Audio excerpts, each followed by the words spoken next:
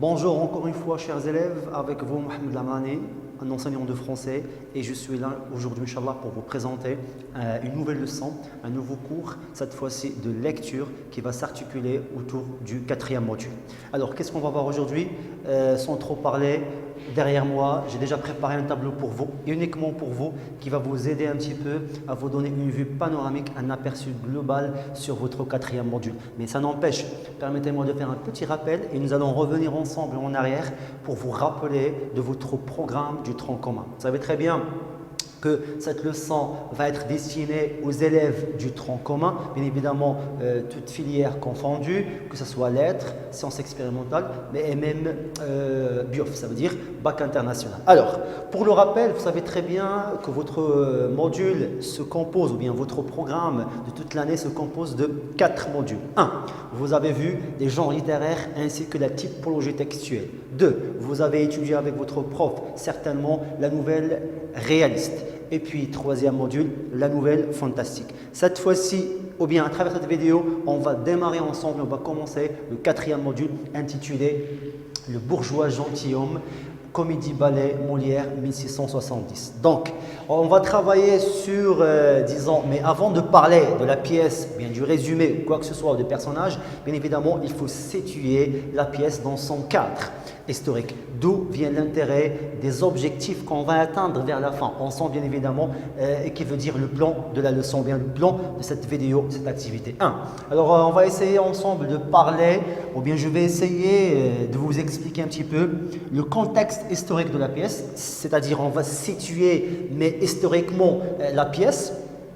2. Quelques éléments de la biographie de Molière. 3. La bibliographie de Molière. 4. Parce que je n'ai pas eu d'espace, on va voir, quatrième élément, ça va être un résumé bref de la pièce. On passe finalement pour les personnages ou bien les protagonistes, comme nous avons déjà vu dans la vidéo concernant langue et grammaire. Alors, maintenant, commençons par le premier élément ou bien la première partie qui est le contexte historique de la pièce. Vous savez très bien que Molière, on ne peut pas dire la langue française sans prononcer Molière et également Racine. Mais Molière particulièrement, je vais me focaliser sur Molière parce que c'est l'un des écrivains qui ont marqué l'histoire ou bien la littérature mondiale en général, spécifiquement la littérature française. Donc, regardez avec moi s'il vous plaît, nous sommes en 1670 et pour trouver le siècle, c'est très facile.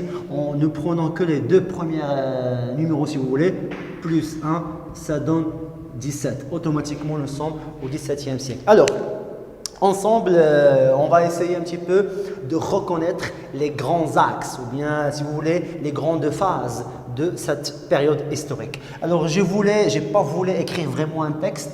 Comme vous voyez, ce sont ces formes de tirets pour vous aider un petit peu à comprendre que l'essentiel. 1. Alors, si vous voulez, ce siècle-là est considéré, ou bien si vous voulez, est marqué par 1. Primo, c'est l'apogée du pouvoir royal.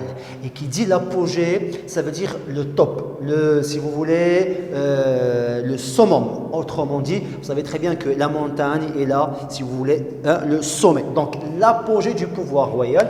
Et quand on parle du pouvoir royal, bien évidemment, nous parlons du roi, nous parlons de la cour et nous parlons, si vous voulez, de la dominance un petit peu et, si vous voulez, des mains, disons, ou bien des bras de fer détenus par le roi. Donc, c'est l'apogée du pouvoir royal, ça veut dire le roi occupe, si vous voulez, domine, si vous voulez, tous les secteurs de la vie, y compris la vie, disons, des gens. Deuxième élément qui a caractérisé un petit peu le XVIIe siècle, dans lequel la pièce Le bourgeois gentilhomme a vu le jour, c'est la guerre de 30 ans en Europe. Ça, si vous voulez, ce sont des données historiques. Je sais très bien que vous n'êtes pas censé à connaître tous les infimes détails de l'histoire, mais quand même, ce sont des informations qu'il ne faut pas négliger pour situer la pièce et pour comprendre, si vous voulez, la visée, l'intérêt derrière l'écriture de cette pièce théâtrale qui a marqué, je répète, toute l'histoire universelle. La guerre de 30 ans en Europe, ça veut dire toute l'Europe, bien évidemment la France, ça fait partie, donc il est également touché, et qui dit guerre, dit, si vous voulez, l'instabilité, dit le chaos, dit, si vous voulez, un dérangement et aussi des souffrances.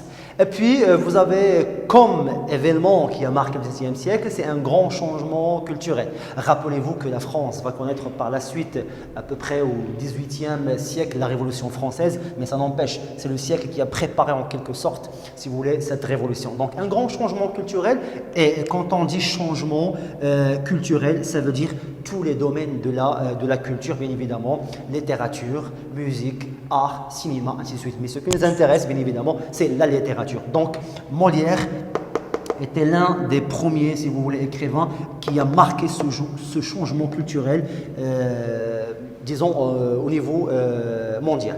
Et vous avez également le règne de Louis XIV. Vous avez ici la date, 1661 jusqu'à 1715, après la régence de sa mère Anne d'Autriche. Mais ici, Louis XIV, vous savez très bien que si nous voulons un petit peu relever la poussière sur l'histoire de la France, on ne peut pas évoquer Louis XIV. C'est le roi Soleil, si vous voulez, c'est le roi de la France et de Navarre. Donc c'est l'une des personnalités, l'une des fresques disons, qui ont marqué l'histoire française d'une manière globale. Donc, pourquoi Louis XIV? Parce que Molière, il va y avoir une relation plus ou moins intime avec le roi et même sa troupe. On va la voir par la suite, Molière va constituer une troupe et qui va être appelée, nommée la troupe du roi. Donc, il va être un petit peu parmi les personnes, disons, près au roi Louis XIV.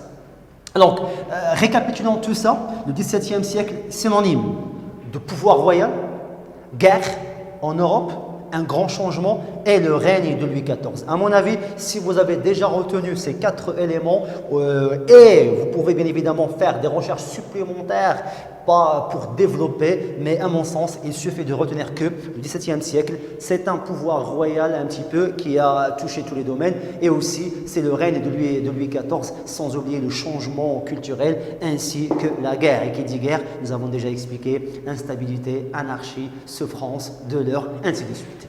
Maintenant, la question qui se pose, on va étudier une pièce intitulée Bourgeois gentilhomme, genre littéraire comédie ballet écrite par qui? Par Molière.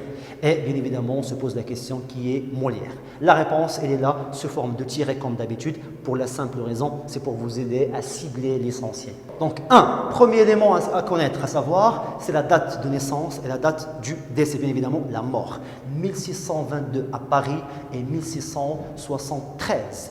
Bien évidemment, là, un détail un petit peu qui va être, disons, Molière est mouru, si vous voulez, sur scène. Est mouru où? Sur scène.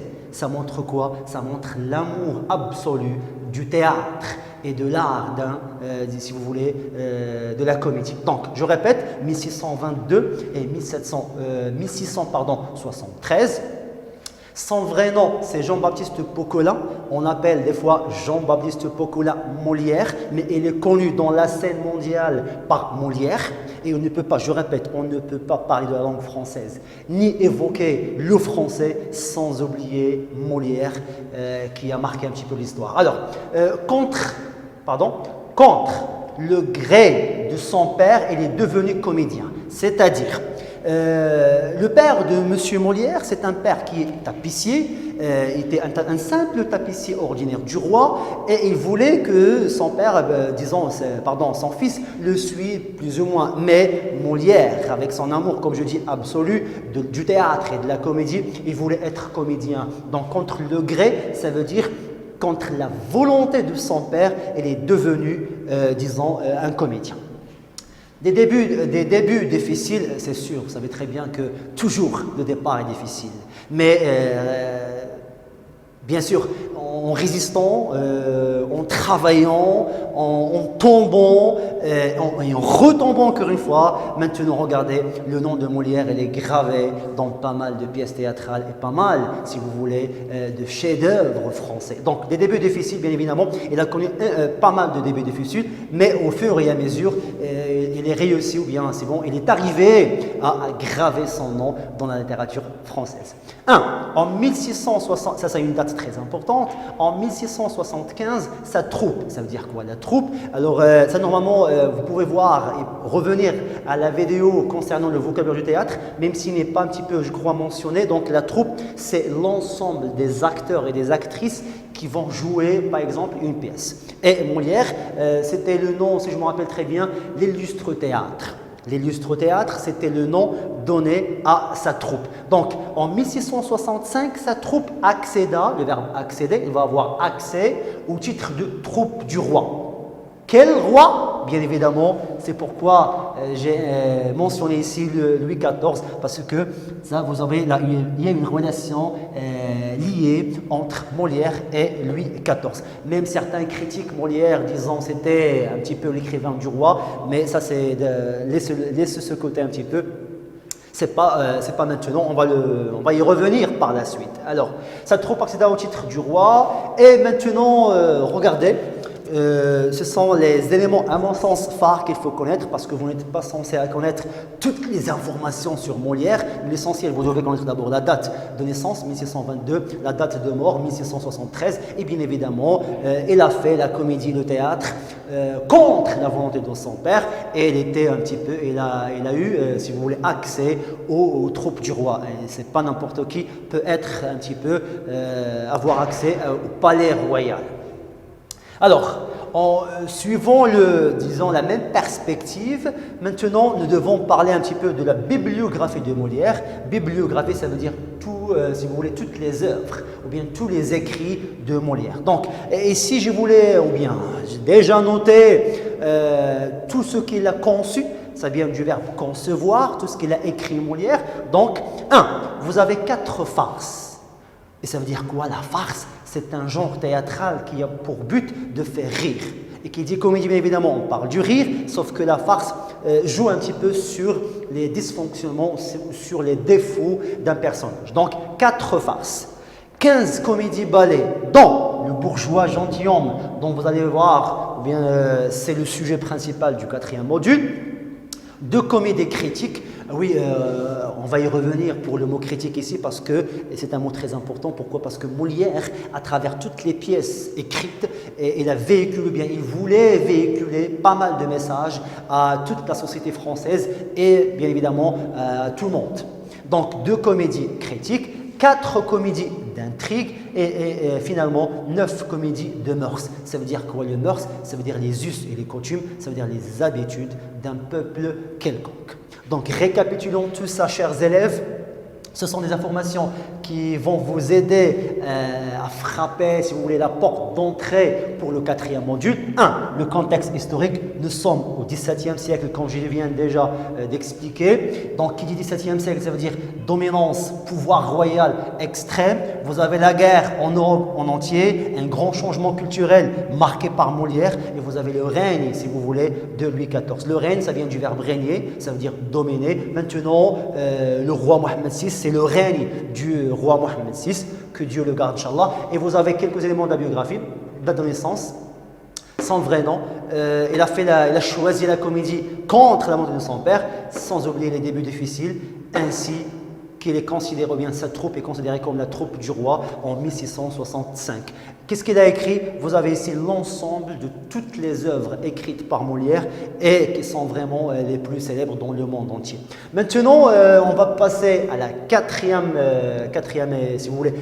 étape. Ça va être un bref résumé de la pièce. Bien évidemment, nous avons parlé du contexte historique, la biographie de Molière, la bibliographie de Molière, ça veut dire ce qu'il a écrit. Et maintenant, on va passer un petit résumé. Regardez, bref, je ne voulais pas vraiment écrire un texte parce qu'ils sont disponibles sur Internet. Donc la pièce comédie-ballet qui est le bourgeois gentilhomme est représentée pour la première fois, le 14 octobre 1670, devant la cour de Louis XIV.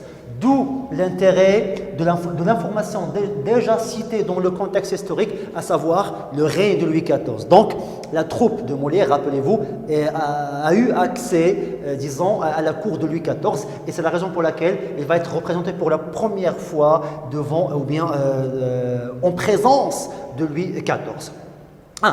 Donc, de quoi parle cette pièce?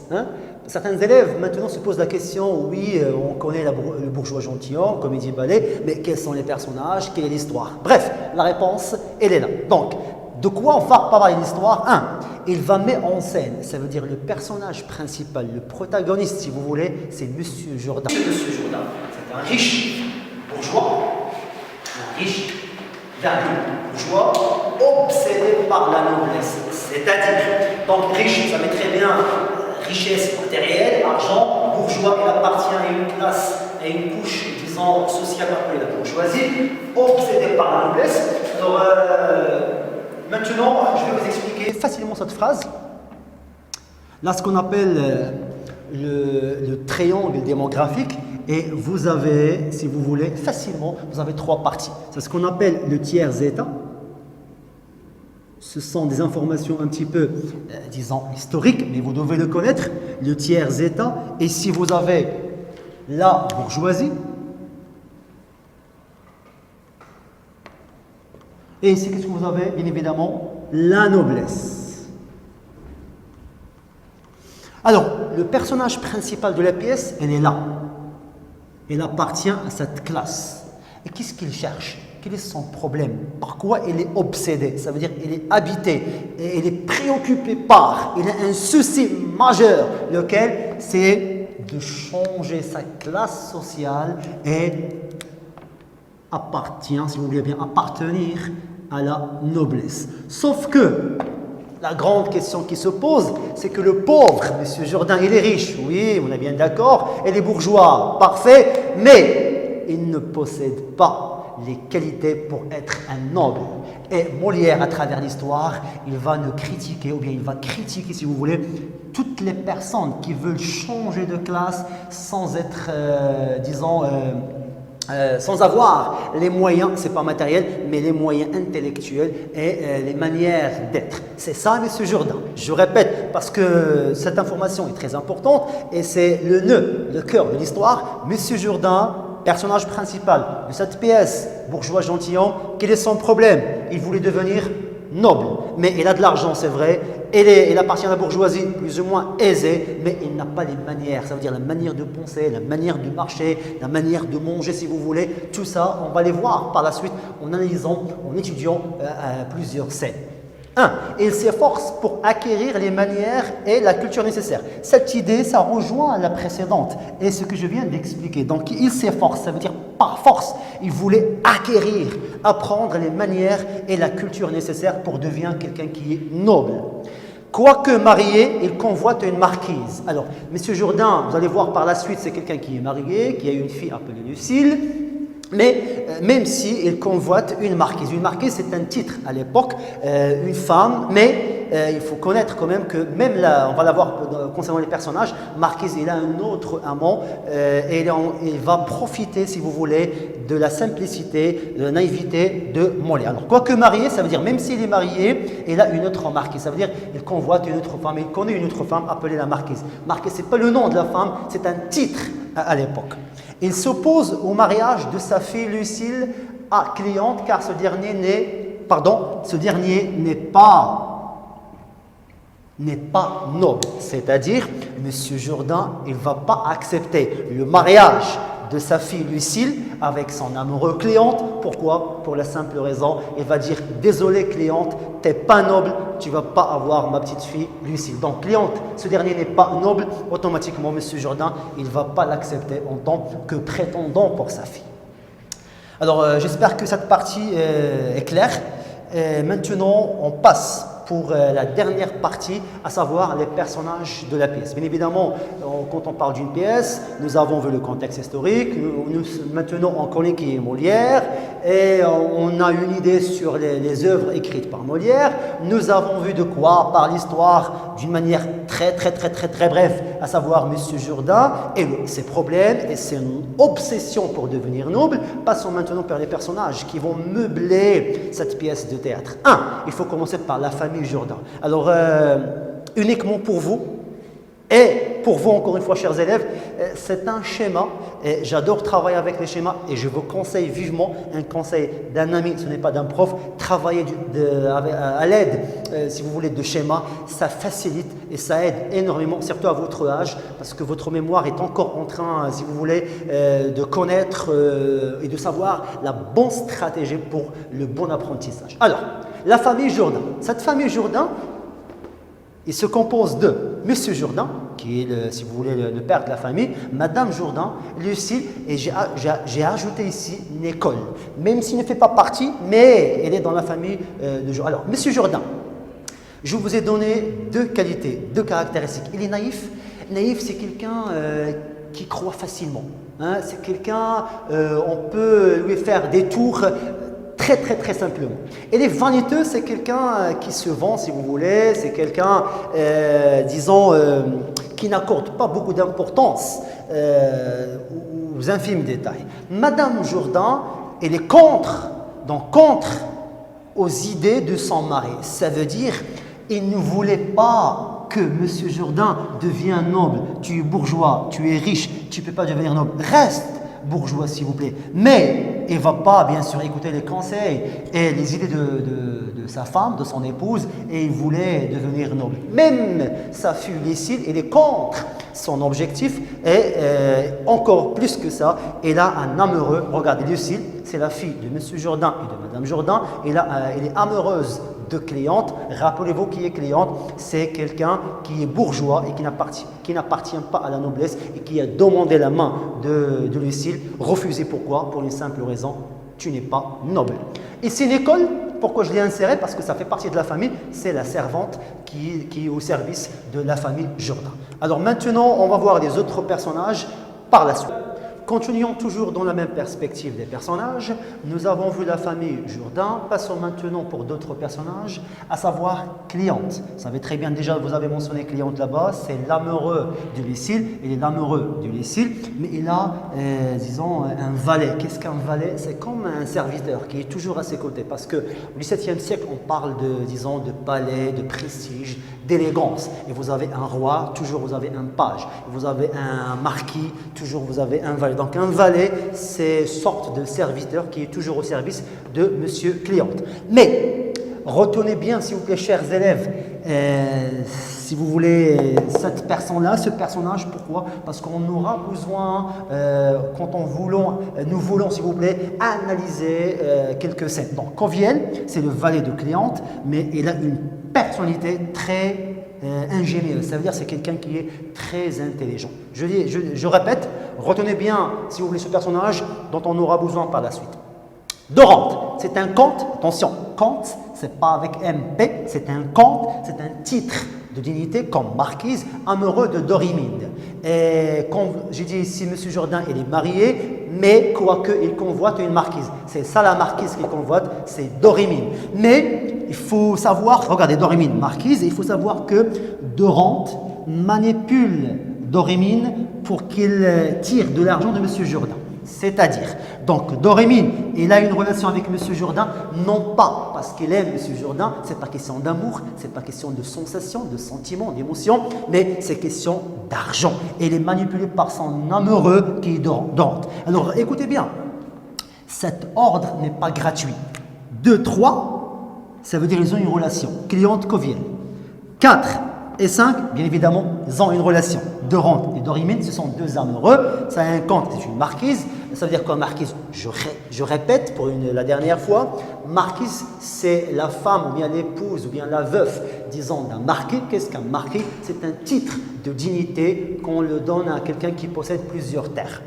Les maîtres.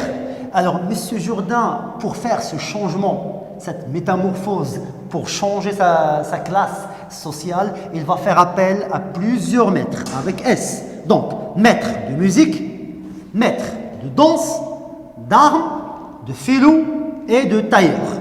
Musique. Pourquoi la musique? Parce que pour être noble, il faut avoir un goût artistique. Il faut connaître les alphabets, si vous voulez, de la musique.